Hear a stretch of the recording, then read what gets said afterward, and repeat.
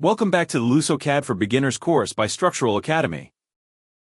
Before going into LusoCAD drawing tools, we're going to go over a very basic but important step for properly using LusoCAD, setting our preferred units.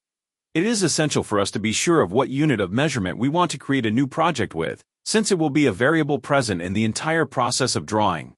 To open the unit settings, write the command UN in the model view or command line and press enter. This is the drawing units window. Here we must choose the unit type, which can be the following. Architectural, for feet and inches.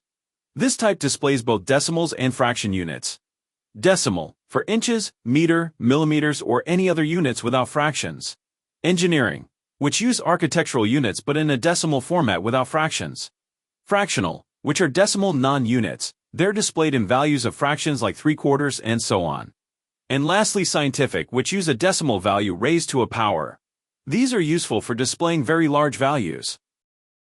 The next setting is precision, which lets us choose how many decimals of precision we can use, letting us input 0.5 or 0.05 for example. Both type and precision are settings that can be applied to length and angles.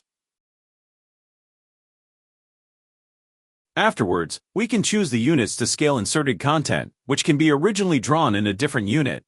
We can also choose a unit for the intensity of lighting.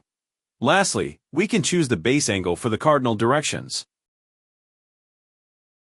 Now that we set up our project with the correct units, we will not encounter any issues with measuring and scaling objects.